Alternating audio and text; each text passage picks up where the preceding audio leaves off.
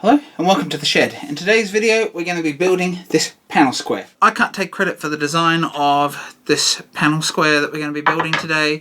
All the credit goes to the authors of Euclid's Lid. This is the book that I purchased and I got the design out of it.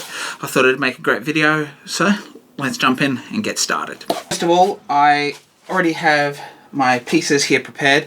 I've got a little jar of stock with the edge squared to the sides, and I have the blade that we're going to be using, which is just a piece of 12mm pine. So that's all been squared, flat and good to go as well.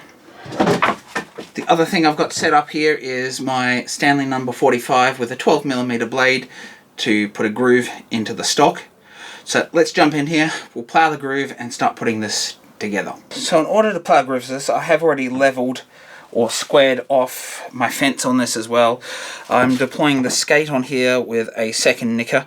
It supports the other side of the wide blade when you're actually using one of these, versus a plow plane. If you're doing something this wide, you don't have that extra skate support on most of them that I'm aware of.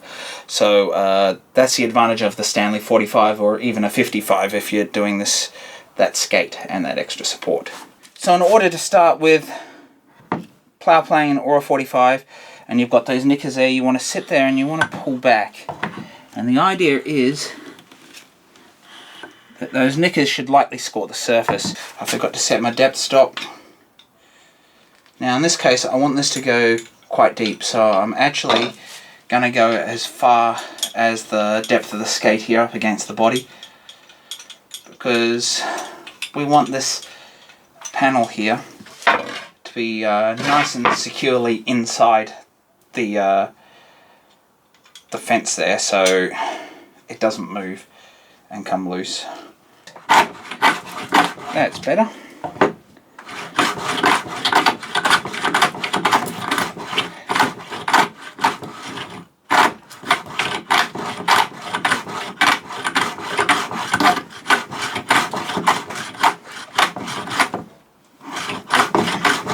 Especially when working with Jarrah, waxing the skate and on the inside and on the fence, even though this is rosewood, waxing it just means it glides through that much easier.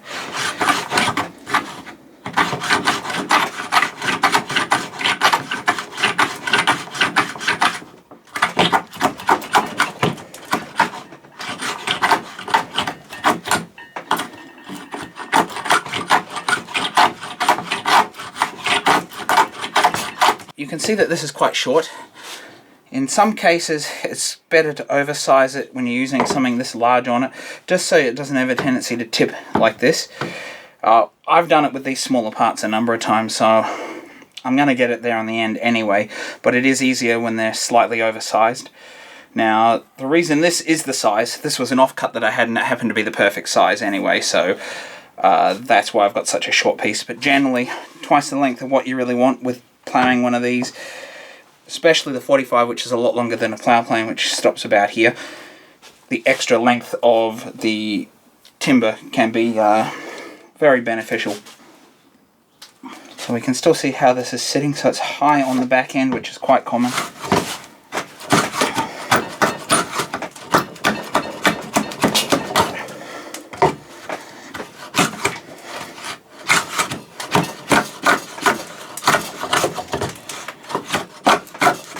Really, ploughing grooves, especially ones this large in Jarrah, is not the best idea.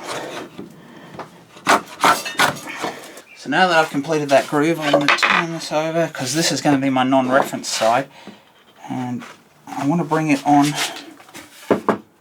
to here and see how well it fits. So we'll be flushing this side off.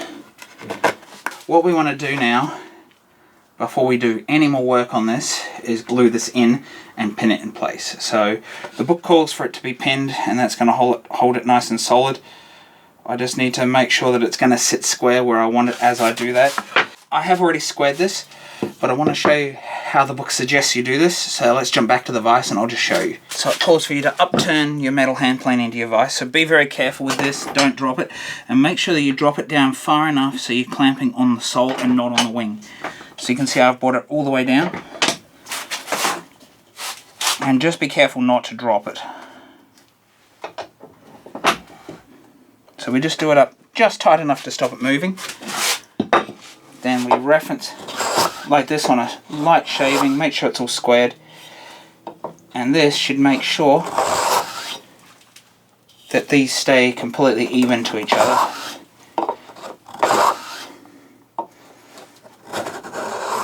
So these should be parallel and even to one another now, so when we reference, so if it's on here and then we flip it over, we've got referencing the same on both sides.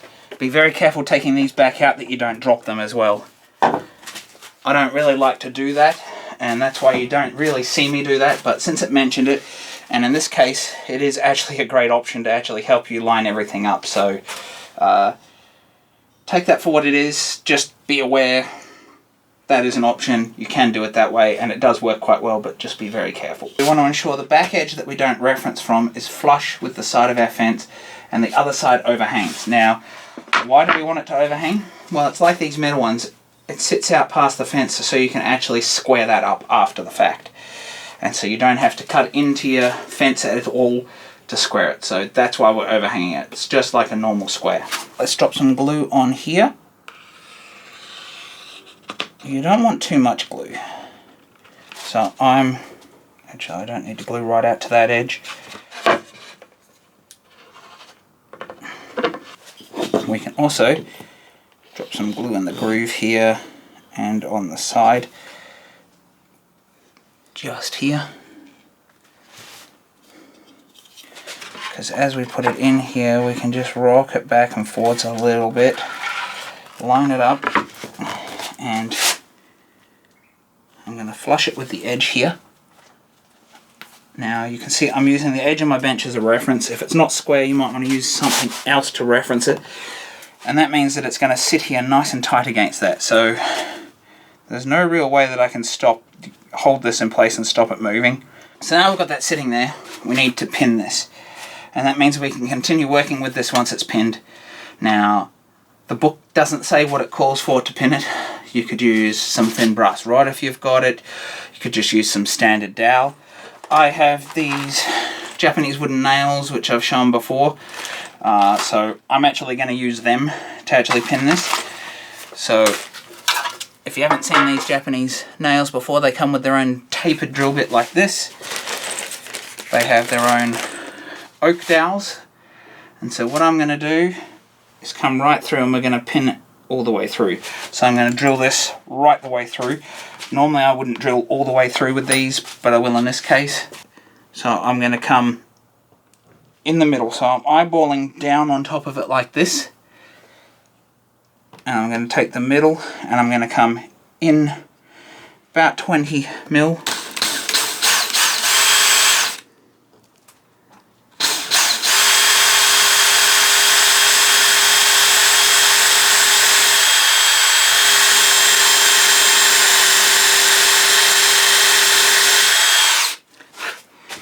To double check to see, I'm just starting to come through the other side now.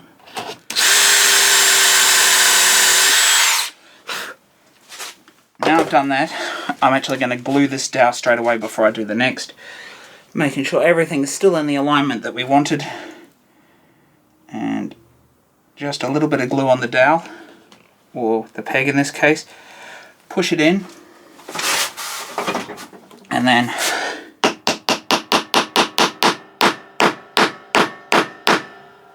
so I'm going to tap that through and you'll end up flush cutting the top of that off. So now that we've got that one done, I'm going to go ahead and do the other one.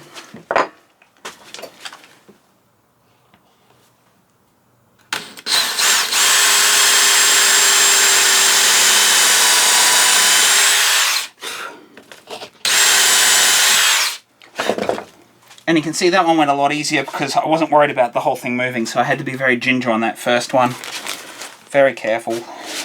Now this one goes much quicker and easier. So now we can see that they've come through on the other side here. So for the moment, that's going to be held in place and we can continue to square it up without really any issue of it moving.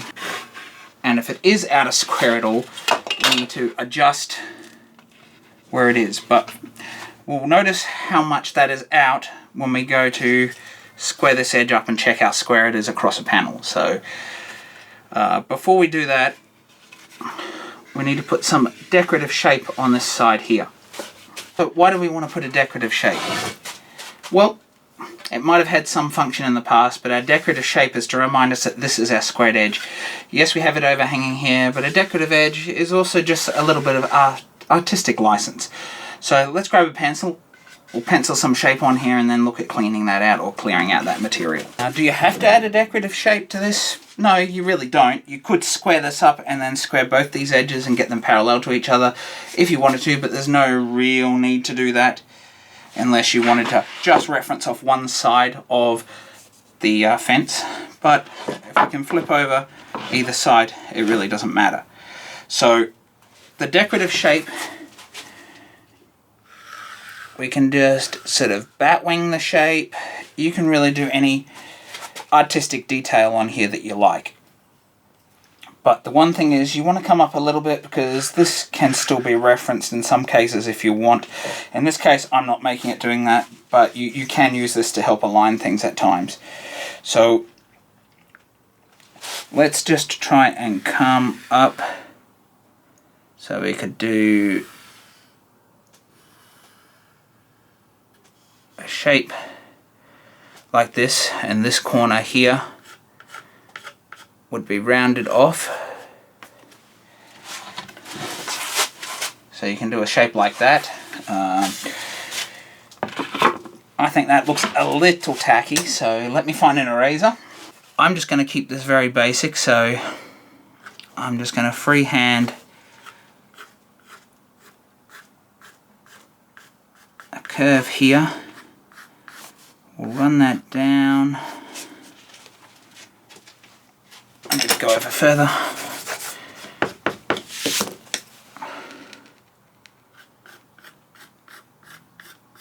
So I'm going to keep it over here so I don't take that much off. So just eyeballing a curve. If you have any of those S-shaped curves and things, you can use them to mark them. You can use the circle of a paint pot or anything like that to get these markings if you want. I'm going to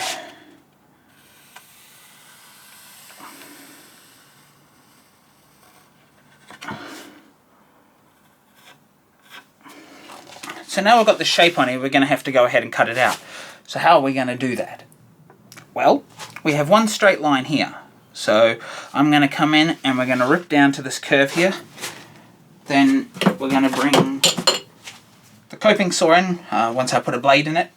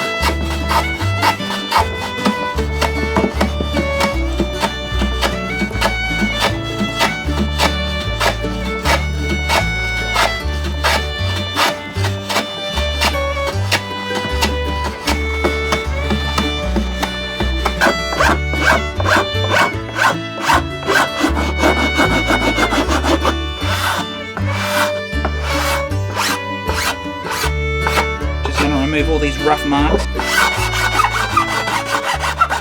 And now I'm can see the shape of this is complete. Now it might not be 100% perfect, it might not be to your liking, but as I said, you can design this to however you like it. And the whole point of this is when you pick it up, you know that your straight edge is your reference edge, this edge is your non-referencing or non-straight edge.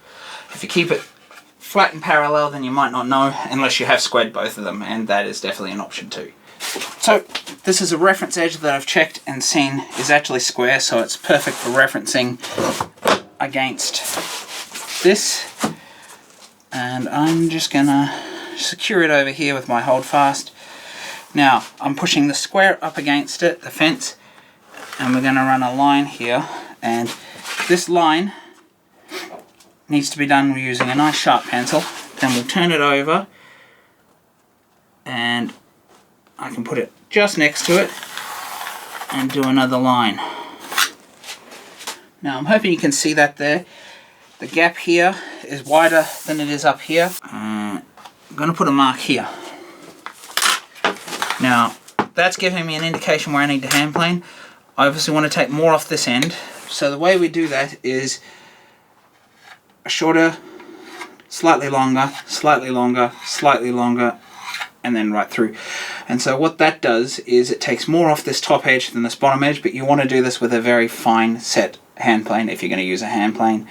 You can just draw file this if you want, or use a rasp and then clean it up, but I think the hand plane is the best option. So I already know my blade is square in this plane, so I'm going to come back maybe 50mm or 2 inches. Back again.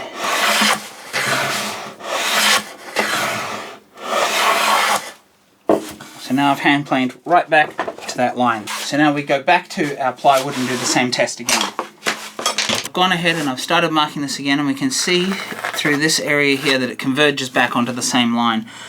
So from about this point here, I still need to do it again. Apologies for that, the camera just went out. So what I wanted to do is just show you that last check after hand planing. And so you can see this is the first one. They get narrower here. Then we did the second one, and I put them a little closer together so we can see the convergence a little easier, and they overlap right here. And then you can see that last one that I just did where the camera went out, and we can see they're parallel all the way through. Now that we've got it functioning how we want it to function, we can go ahead and do a little bit of cleanup and then put a finish on it. I'm probably just going to put a quick little paste wax finish on this. You could put a shellac finish on it if you wanted to, for it to be slightly more durable. But you don't have to worry too much. Something like a paste wax or a shellac or even an oil will do a good job to try and stop this warping, because it'll stop moisture coming in and out of it. So that is another consideration to make.